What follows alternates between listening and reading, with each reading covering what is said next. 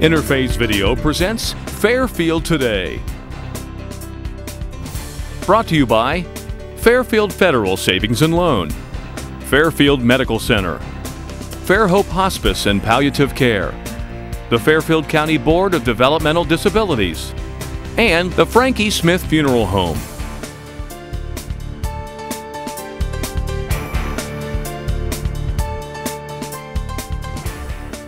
Hello friends, and welcome to Fairfield Today. I'm your host Paul Jasson. Thank you for joining us, and in for an interesting show I think today. A couple diverse segments. Later on in the second section of the show, we'll talk to Ann Kiffin, who always brings us up to date on really one of the kind of lesser known places in Fairfield County, but it should be so well known because it's unique in what it does. Is the Ohio Glass Museum. They have a lot going on, a lot of things coming up here with anchor hocking and exhibits and things, and Ann will bring us up to date with that in the second half of the show. So the first half, we're going to talk Maywood Mission. And this is a place that started back in 1910, charitable organization. Actually, it was Lancaster's first hospital. If you go back, that was the first hospital until the actual what's now the Lancaster Fairfield County Hospital was started. This was the first hospital. It's a charitable organization. Most people know it's down on South Broad Street, and they've had several directors over the years. 1910 was the first year, so fast forward to today, and it's a pleasure to introduce the newest director to Maywood Mission, Jonathan Hanks. Jonathan, good morning. Good to meet you, Paul. How are you? We've met plenty. Yeah. You're the man. You're the man. The newest executive director of Maywood Mission. You've been there a month now, officially a month, your first month. Tell us about it. I would suspect, that's just a guess, I'm going to guess it's a bit overwhelming to step in a big place like this, fill in a big pair of shoes with Tony Salvatore retiring. And we'll talk about kind of what's going on, but I would guess overwhelming would be the word I might choose. You may have another. No, I appreciate you using that word because that is, I think, the word that comes to mind. Not completely overwhelming, like I don't feel like I can't do it, but there's just a lot to take in the first 30 days. There's a lot going on there, and I'm just trying to absorb it and make sure I understand it, learn it. So try not to make too many changes too fast. Yes. Make sure I understand where all the dots are connected and gain people's trust of who I am. So that's probably the main goal. So again, Jonathan Hanks is our guest. Jonathan's the newest director of Maywood Mission. And again, replacing Tony Salvatore, who retired after 28 and a half years. So anybody that leaves after 28 and a half years has a lot going on in terms of things that person has done, things that person has instituted, and they really had an extensive, I would say, nationwide search to find a new director when it was announced that Tony was retiring last year. All around the country, I think they had around 60 applicants, if you can imagine that, people willing to move to Lancaster from all over the country. They finally weeded it down, and it got down to the final 2 or 3, and Jonathan was our candidate that was chosen for Maywood Mission. And let's go with opening. Just tell us a little bit about yourself. You're not exactly a Lancaster boy, but certainly a local boy. Yeah, I would say Central Ohio. Yes, for sure. certain. So I grew up on the south end of Columbus in deep poverty, and I think that's really helping me and made me feel connected and why I desired to be in this position. I grew up in a mobile home park on the south end of Columbus, rough end of town, public schools, and so I really knew what it was like to survive on the streets. Ran away from home at 15, hitchhiked to West Virginia with the plan of selling drugs to survive, and so I knew what it was like to actually sleep in a dumpster by the side of the road, underneath an overpass, spend a night in jail at 15. Those things at the time, up until later in life, wondered how that could possibly be used for the good. But it really helps in terms of relating to those I'm trying to serve at the current time. You know, it's kind of interesting too. You hear this a lot from say, social workers many times. These are people that perhaps had uncomfortable lives that they led up to a certain point, and then the script flipped, and they became somebody that wanted to help other people. And I suspect that's kind of how it went for you. Absolutely. Once you've experienced that, and as long as your heart has softened and not hardened, then you want to, you think about those days you were there, and you can even think about, boy, I wish somebody would have or could have, and you want to be that now. And it's interesting too, I think, although different, the scenario is different. This is kind of the story that Tony Salvatore had. Absolutely. Different thing about drugs and things like that for him in his life, but a very difficult life as a young man, Vietnam veteran, issues over there, issues here up around Youngstown where he came. But God calls him, turned his life around. When did you get your call? Because he is a licensed pastor. He is a pastor of the Maywood Mission Chapel down there. That came at an earlier age? I was 23 when I hit rock bottom. It's what it takes, isn't it? It's what it takes. So I would say I was suicidal when I hit rock bottom, and knew I had to leave the environment I was in to have any hope of trying to turn it around. Yeah. And came back to Ohio. My mom just said, you've got to leave, come back. Was living on my sister's couch, and started going to church, and just knew that was the last thing that I hadn't tried and the only thing that was going to work, and gave my life to Christ, and haven't looked back since. Well, interesting. We mentioned that here in this Lenten season, when it's kind of all about things with the church, things with things that go on at this time of year. So again, a nationwide search goes on. People all over the country interested in that job, and virtually we find you right in the backyard here of Lancaster, and I actually lives in Lancaster now. So you're married to a local girl? Yep. My wife is Wendy Hanks. A lot of people know her as Wendy Truex, Mel Truex's daughter. Always good to use Mel's name. Yeah, absolutely. I mean, she's a lovely girl in her own right, but Mel is a wonderful guy, well known from Faith Memorial Church out on Westford Avenue, and just has done great things in the community. So now you've been there a month. We think of Maywood Mission. Again, a lot of moving parts there. There's a chapel. They have a thrift store. You run a big daycare down there, which is what a lot of people know it for.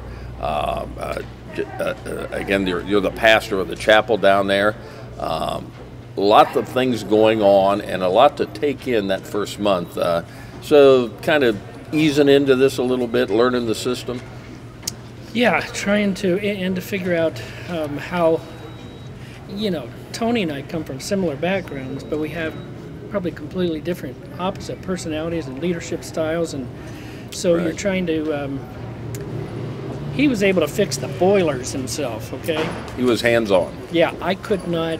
I wouldn't have a clue what to do, but I have some idea of what to do with technology. And that wasn't his strength. Right. Right. So I'm bringing some of that to the table and trying to get us up into social media, marketing, branding. And get the word out, because as many people who know Maywood Mission don't know all that we're actually doing. Yeah. And people think of the thrift store. Well, the thrift store is really where the majority of it happens, because the assistance programs come out of the Diane, who runs the store there. She handles where the money goes, works with 211, works with all the other social programs. The food pantries run out there. Have a big food pantry down there. A lot of things going on there. Yes. Clothing giveaway, and then the big Easter basket giveaway, and the Christmas giveaway. So there is a ton that comes out of that store. The store is meant to kind of almost be an information center. Sure. To find out where the needs are as people come in and call us. So I mentioned in the second half we're having Ann Kiffin is going to be on to talk about the Ohio Glass Museum, a place perhaps not well known to everybody, but I would certainly say that is true about Maywood Mission. And you indicated that it's a place that many people know, but gosh, there's a lot of people that don't know about Maywood Mission down there in South Broad. If you had to list a thing or two that you'd like people to know about it, are those the things you said, or anything else you'd like the people to know? I think that primarily is it. The people understand when they hear thrift store that it's so much more. It is the information center and kind of where everything gets distributed out to the rest. And then the big summer camp is huge. It's 10 weeks, and that brings in a lot of attention. And we do everything from transportation assistance to gas assistance to food to medications. We are diverse. Right up until the last night before Christmas, we are on call to be able to go out and assist somebody with those important dates or needs. Yeah, Tony always said, and I've had Tony on the show many, many times, always said no one's ever turned away. Yep. It doesn't matter when it is or how it works. You know, your job is a 40-hour-a-week job. You run that like everybody else does, but it virtually becomes 24/7 sometimes. There's you've got the medical program that's going on down there, which can call you into that. You as perhaps a pastor or a chaplain go to talk to that. There's just many things going on down there, and I would say that, Paul. I want to make sure the By the Way free clinic that is every other Tuesday. We're surprised. It does get a lot of traffic, but not near as much as it should. I mean, it is literally free. There is no question about insurance. Anybody can walk in at any time. Is that Wednesday nights? Tuesdays. Tuesday night. Yeah, and it's once a month. Twice, but bi-monthly then. So 6, 7 o'clock? 6 to 8 o'clock. 6 to 8. 6 to 8 o'clock. And it's right there on the premises of, what's the address? 1029 South Broad Street. You can't miss it. On the It's lower right level. on the right. Just walk in. There are signs there to tell you how to get there. But that's something that I think Dr. Henry Hood started a few years ago. And gosh, as you say, it's taken off, but it could do better. There are people down there at staff for more. Yes. We're always going, gosh, we could take about 4 or 5 more patients here and just wish we could. Yeah. But we know we've got to get the word out. Website's got to be lifted up a little bit, get a facelift and that kind of thing. So. And we talk about that. Are you surprised at how much the need is for the things that Maywood Mission does in terms of helping people, the underserved, the underprivileged, the people come in? That's a busy place down there in a lot of areas in terms of food pantry, thrift store, By the Way clinic, daycare, where lots of those are for underprivileged a little bit. There's a real need for Maywood Mission in this community. Absolutely. I had to ask myself that question when looking at the job to make sure I felt like this was needed when there are multiple resources out there. But I don't think we're even close to touching the surface of what we can. And the need, through the opiate and the drug crisis and everything, it just adds more complexity to the needs of the community. And so we're trying to figure out how to tap into that. And so I don't see we're even close to helping all those we need to. What's your phone number down there, Jonathan? It is, I'm used to giving my cell phone out. It's 740-653-4855.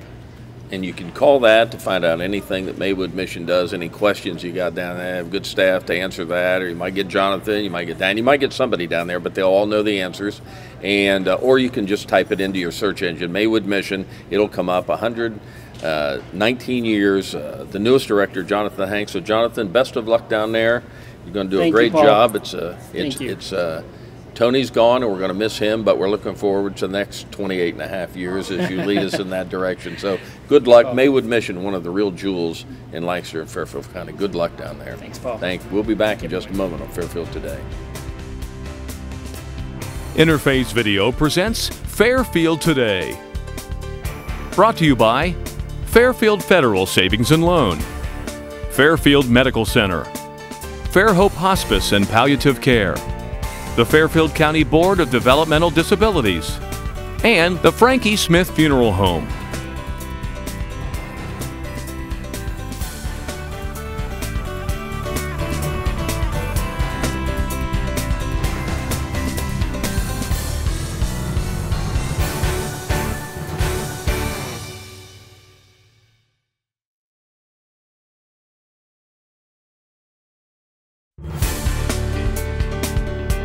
Interface Video presents Fairfield Today.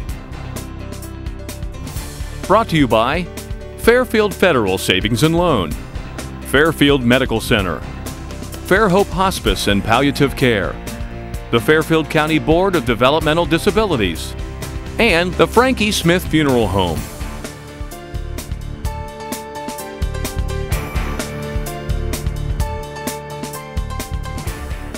Welcome back to Fairfield today. I want to thank Jonathan Hanks for joining us as he was here with the Maywood Mission. Big shoes to fill there with the retirement of Tony Salvatore, but Jonathan Hanks, the new executive director, and we sort of themed that about kind of a gem in Lancaster and Fairfield County that many people don't know about. And that may well be the theme for the second half of the show. We have Ann Kiffin with us. Ann, good morning. How are you? Good morning. Nice to see you again. Sure. Ann is the artistic director of the Ohio Glass Museum.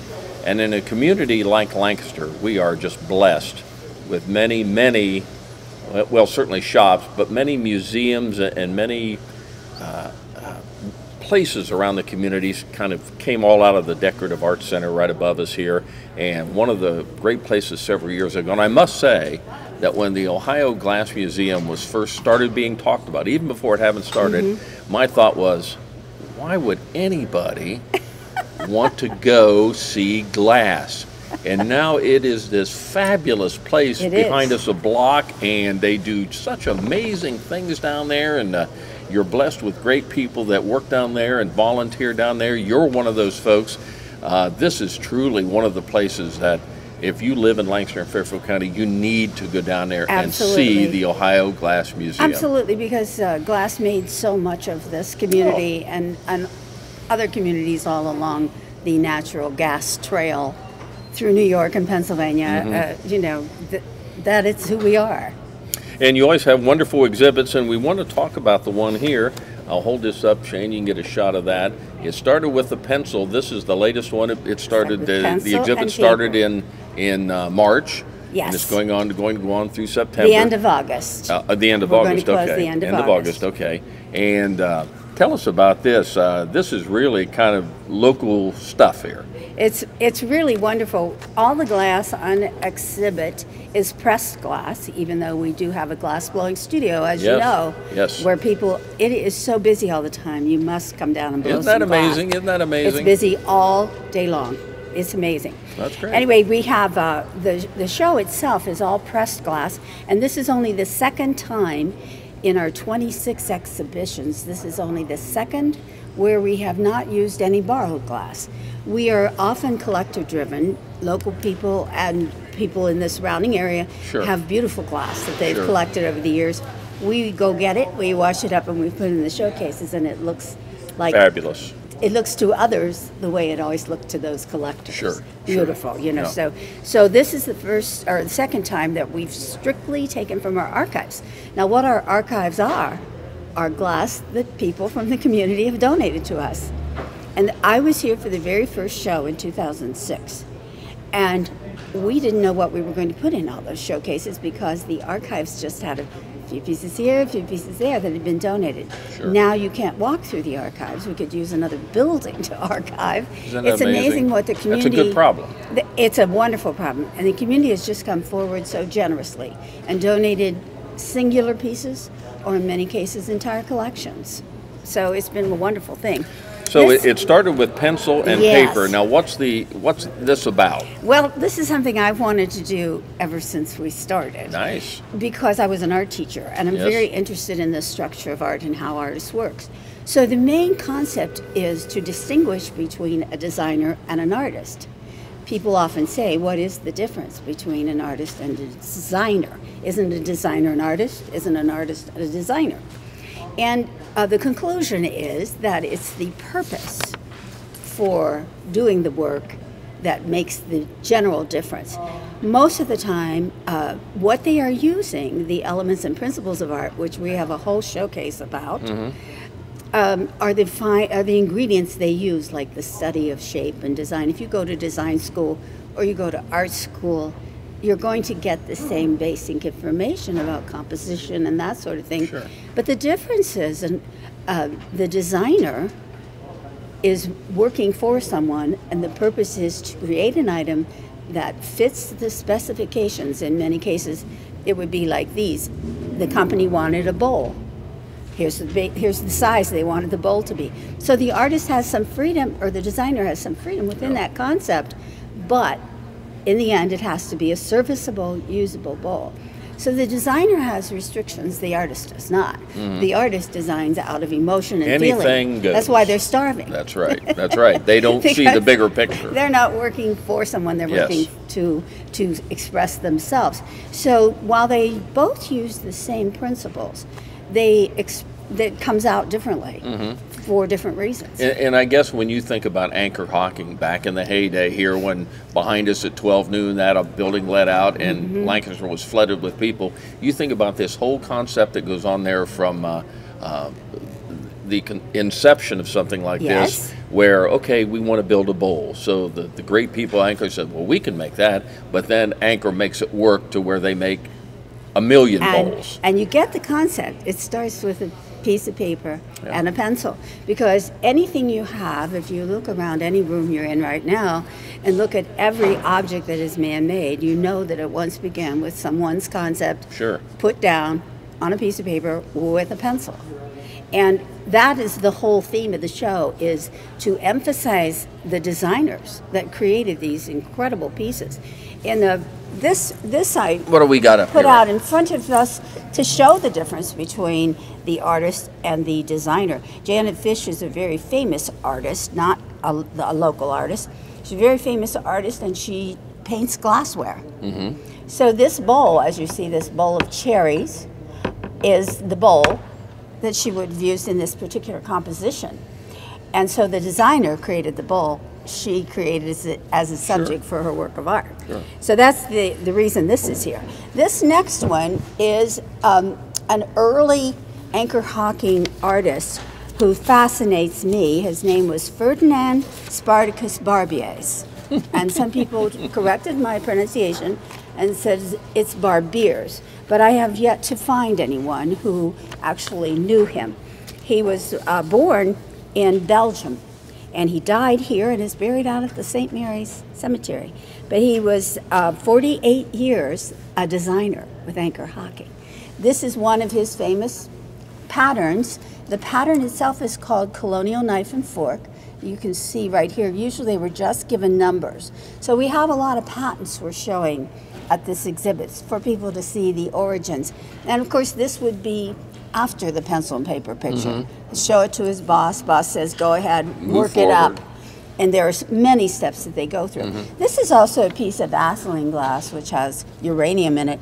So I don't know if you can see it on the camera, but uranium glass is a pretty fascinating thing. We have a nice little showcase that Ken Culver designed and made for us, full of Vaseline glass, and we have a black light so that you can see it. Isn't that cool?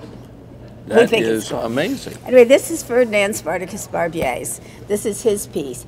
And the next gentleman you were probably more familiar with. Oh, this is one of Barbier's pieces. I forgot to show this. This I love. And just look at the design, and if you come to the museum, we have spelled out the principles and elements so that the amateur artist or the novice can look at this and see the way the lines are used and the way the patterns are used. And that's the whole idea of that. The next one is Frank Benish, they call it. Benish, who was from Czechoslovakia. And if you know anything about Czechoslovakian glass, they make gorgeous glass. And he was the head of glass in Czechoslovakia, but obviously was here for political reasons. You know, they had a lot of trouble back in Czechoslovakia. And he came to America. He only worked for 14 years for anchor hawking, but he created some of their most familiar patterns. That Wexford, which most people have in their home. Worldwide. Oh, huge.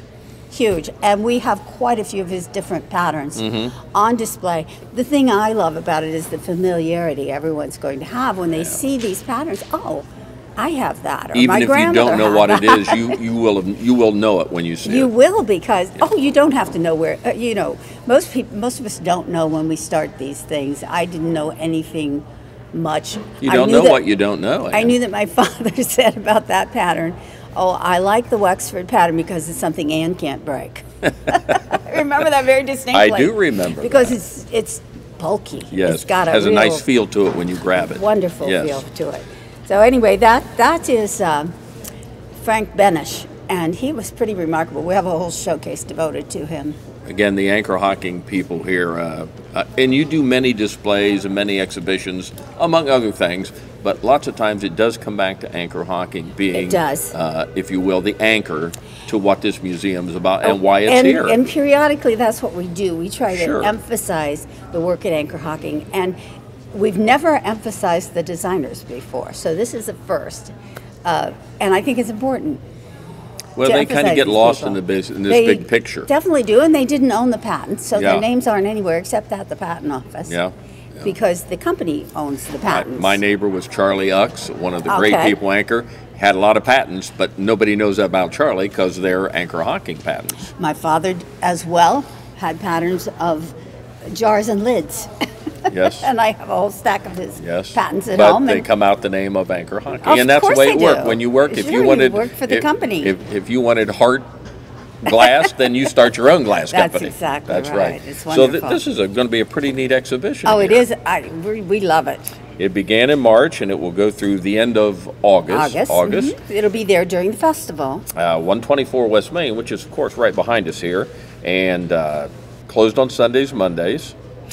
We are now open on Sundays. okay, You know, very we good. do the seasonal thing. Okay, so we're back in. Now we're into the good weather. So we're That yes. is coming. That so is we're coming. closed on Mondays, and we're Okay. into people coming to visit their families, and so it's good to have Saturday and Sunday hours. Glass blowing is going Oh my! heavens. amazing.